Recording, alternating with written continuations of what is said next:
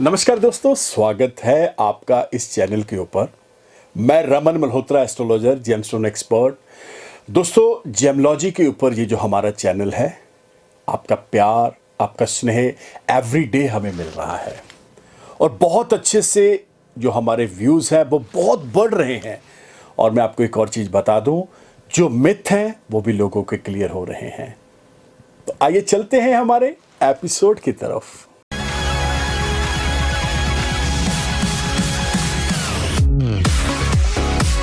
दोस्तों, ये जो एपिसोड आप देख रहे हैं, ये हमारे कुछ एपिसोड ऐसे आने वाले हैं जो राजयोगों के ऊपर है।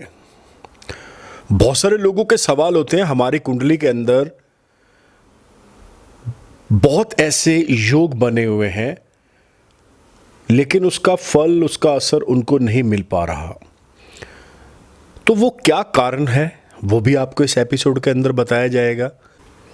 और सबसे पहले आपको जो पहला योग बोलिएगा, इसे राजयोग, मैं तो राजयोग ही बोलूँगा। ये बहुत ही बड़ा राजयोग है और इसका नाम है गज केसरी योग। इसको समझना पड़ेगा कि ये कुंडली के अंदर, क्या सबकी कुंडलियों के अंदर होता है? चंद ऐसी कुंडलियों के अंदर गज केसरी योग होता है। इसके बेनिफिट्स क्या हैं, इसको और कैसे कैश किया जा सकता है, ये कुंडली के अंदर कब एक्टिव होता है, ये बहुत सारे सवाल, बहुत सारी चीज़ें इस एपिसोड के अंदर बहुत आसानी से आपको बताई जाएंगी। तो बात कर रहे हैं गज केसरी योग। एक चीज़ आप समझ लीजिएगा, ये गज केसरी योग दो ग्रहों की वजह से बनता है। एक देवगुरु बृहस्पति और दूसरे चंद्रमा। अब शायद आपको पता है या नहीं पता है, जो देवगुरु बृहस्पति हैं वो गज के ऊपर बैठे हुए हैं। इस बात को आपको, कभी आपने पिक्चर देखी होगी तो आपको पता लग जाएगा। ये शास्त्रों में बहुत आसानी से बताया गया है कि हर एक ग्रह की एक अपनी इंडिविजुअल सवारी है जिसके ऊपर वो विराजमान है। और चंद्रमा बहुत ही चंचल, बहुत ही फास्ट, बहुत ही एक्टिव, जबरदस्त प्लेनेट माने जाते हैं। बृहस्पति और चंद्रमा जब इकट्ठे होते हैं तो गज केसरी योग को जन्म मिलता है। गज केसरी योग दो तरह का होता है दोस्तों, इस चीज को आपको समझना पड़ेगा। या तो दोनों प्लेनेट किसी भी कुंडली के किसी भी बॉक्स के अंदर एक साथ बैठे हों और दूसरा आमने सामने आ जाए। ये तब ही जन्म लेता है। और आपको फलीभूत कैसे होता है, ये बात आगे चलेंगे, यानी आपको रिजल्ट्स कैसे देता है। अब सवाल बहुत हैं। कई बार आपने देखा होगा कि जब तक उस ग्रह की महादशा, दशा नहीं लगती तो पॉसिबिलिटीज आर जीरो कि वो महादशाएं जब तक नहीं लगेंगी वो ग्रह एक्टिव ही नहीं होगा, वो बॉक्स, वो खाना एक्टिव ही नहीं होगा। यानी उस ग्रह की महादशा, गुरु की महादशा लग जाए, चंद्रमा की महादशा 10 साल की लग जाए, गुरु की 16 साल की है, तो बात हो रही है गज केसरी योग की। अब एक सवाल बहुत आता है कि अगर ऐसा योग है तो हम दरिद्र योग क्यों भोग रहे हैं? अगर ऐसा है तो हमारे पास तो लबालब पैसा होना चाहिए। तो मैं आपकी जानकारी के लिए बता दूं, ये योग आपकी कुंडली में राजयोग तो है लेकिन वो एक्टिव ही नहीं हुआ ना, उसको आपने एक्टिव करा है। क्योंकि किसी चीज को आपको एक्टिव भी तो करना पड़ेगा ना। अगर आप मोबाइल लेकर आ गए हैं तो बंद डिब्बे के अंदर वो आईफोन 13 क्या करेगा? आपने तो खोला ही नहीं, आपने ना सिम डाला, ना उसको एक्टिवेट करा। वो एक्टिवेट करना पड़ेगा, तभी आप उसका लाभ ले पाएंगे, तभी आप उसको अच्छे से एंजॉय कर पाएंगे। दोस्तों, छोटी छोटी बातें, छोटी छोटी चीजें जो हमारे शास्त्रों के अंदर, जो हमारी ज्योतिष के अंदर, जो हमें बताई गई हैं जेमलॉजी के अंदर, वो सारी चीजें आपके साथ शेयर कर रहे हैं इन एपिसोड्स के अंदर। अगर आपने हमारे पिछले एपिसोड नहीं देखे हैं तो वो भी देखिएगा, आपको बहुत नॉलेज मिलेगी, आपके बहुत सारे सवालों के जवाब भी मिलेंगे। तो आई होप सो आपको ये चैनल और ये जो मैंने आपको सारी चीज़ें बताई हैं बहुत बहुत ज़्यादा आपकी हेल्प करेंगे।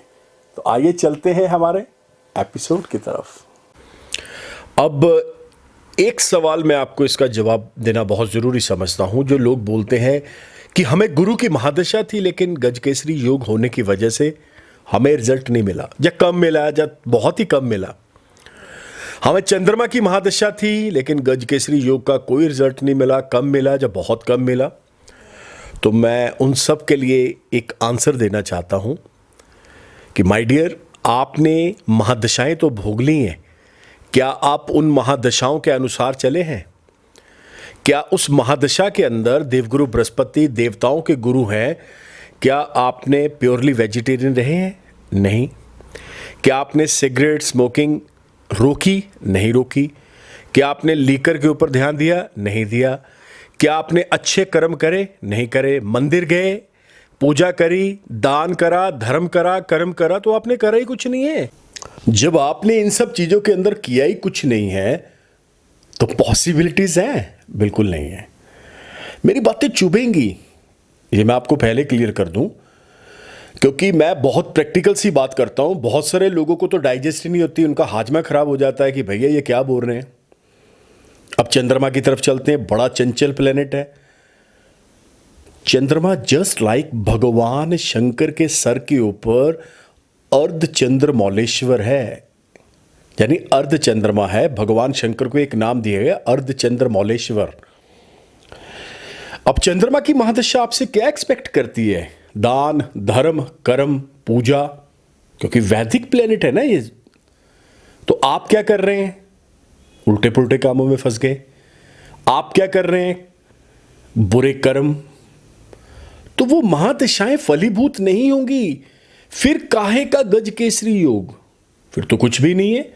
फिर तो you can waste your money and time. आप अपना समय खराब कर रहे हैं और बिल्कुल उसमें आपको रिजल्ट नहीं आएगा। फिर आप चिल्ला चिल्ला के बोलते ज्योतिष नहीं होती। अरे भैया बिल्कुल नहीं होती। वो क्यों नहीं होती? आपकी वजह से नहीं होती। ज्योतिष तो है लेकिन आपने खुद उस चीज को खराब कर लिया है। चलो एनी हाउ, अब चलते हैं कि अगर आप इन सब में से कोई चीज नहीं कर रहे या कम कर रहे हैं तो उसको कैसे एक्टिव किया जाए, ये बहुत जरूरी है। तो गजकेसरी योग के लिए मैं फिर से आपको बता दूं, ये बहुत टॉप 10 राजयोग के अंदर आता है। दो चीजें जरूर करिएगा, एक रत्नों का सहारा लेना है और एक दान का सहारा लेना है। चलते हैं कैसे कैसे क्या करना है। तो सबसे पहले आपको देवगुरु बृहस्पति का पत्थर पीला पुखराज श्रीलंका का डालना पड़ेगा राइट हैंड की पहली अंगुली में। धातु इसका गोल्ड है। गुरुवार के दिन पूजा करवा के शुद्ध करवा के वैदिक मंत्रों द्वारा आप इसे डालेंगे तो रिजल्ट्स बहुत ही धुरंधर, बहुत ही जबरदस्त आएगा। नंबर 2 पे चलते हैं।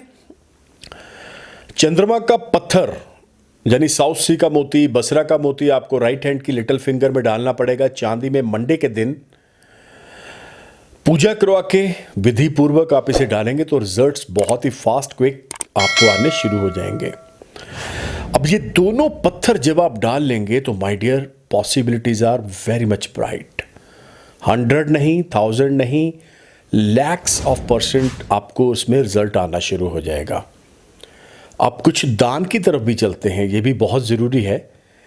एक चीज़ का ख्याल रखिएगा, ये दोनों पत्थर आपने लैब टेस्टेड सर्टिफाइड ही लेने हैं, चालू रतन बिल्कुल नहीं लेने हैं। तो अब दान क्या है जिसको करने से हमें फायदा मिलेगा गजकेसरी योग के अंदर?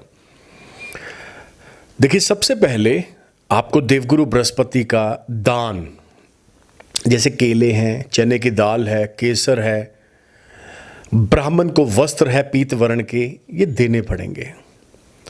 अब दूसरी चीज, अगर आप ये करने में सक्षम नहीं है या आप उस शहर में, उस देश में बैठे हैं यहाँ पे ये पॉसिबिलिटीज ही नहीं है, तो फिर दूसरी चीज बता रहा हूँ, ये जरूर करिएगा, केसर वाला दूध पीना शुरू कर दें। ये तो आई थिंक सो बहुत नॉर्मल होगा, जिसे सैफरन बोलते हैं, वंस ए वीक, गुरुवार के दिन नहीं तो संडे के दिन आप थोड़ा सा केसर दूध में डाल के उसको पीना शुरू कर दें, रिजल्ट आएगा ही आएगा। अब मैंने दूध बोला है, दूध यानी चंद्रमा, केसर यानी बृहस्पति, गजकेसरी योग। तो दोस्तों आपको अपना राजयोग को एक्टिव करना पड़ेगा। एक दूसरे की तरफ अपनी अंगुलियां ना घुमाएं कि पहले वो। आप छोड़ दें इन सब बातों को, उठिए, जुड़िए। ज्योतिष अपने आप में बहुत बड़ा साइंस है, ये समुंदर है। इसके चंद कतरे, चंद बूंदें अगर हमें अमृत के समान मिल जाए तो दुनिया में कोई ऐसी ताकत नहीं है जो हमें आगे बढ़ने से रोक पाए। दुनिया में कोई ऐसी ताकत नहीं है जो हमें हमारे जिस चीज को हम पा लेना चाहते हैं, अपने गोल तक पहुंचने से रोक पाए। लेकिन दो बातों का ख्याल रखना पड़ेगा आपको। उस महादशा के अंदर उस तरह का आपको बनना पड़ेगा, दान के साथ जुड़ना पड़ेगा, धर्म के साथ जुड़ना पड़ेगा। और दूसरी बात, Ratan lab tested, certified, original, no compromise, ये पत्थर आपको लेने पड़ेंगे।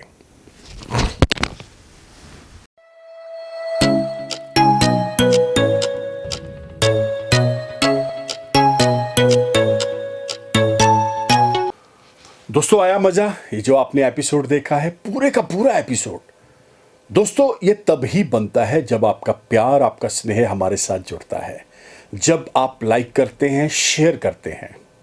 अब मैं बार बार, मेरे को मेरी पीआर एजेंसी बोलती है कि आप ये शब्द जरूर बोले, शेयर करें। मैं तो बोलूँगा सबसे पहले आप इस एपिसोड को अपनी लाइफ के अंदर लेकर आए। आपका अपना पर्सनल एक्सपीरियंस क्या बोल रहा है, जब आपको उसमें फायदा मिलेगा, रत्नों के अंदर, जेमोलॉजी के अंदर, तब आप इसे जरूर शेयर करिएगा। मैं तो हमेशा यही बोलता हूं। तो दोस्तों रत्न आपकी जिंदगी चेंज करते हैं। जेमोलॉजी अपने आप में एक बहुत बड़ा समंदर है।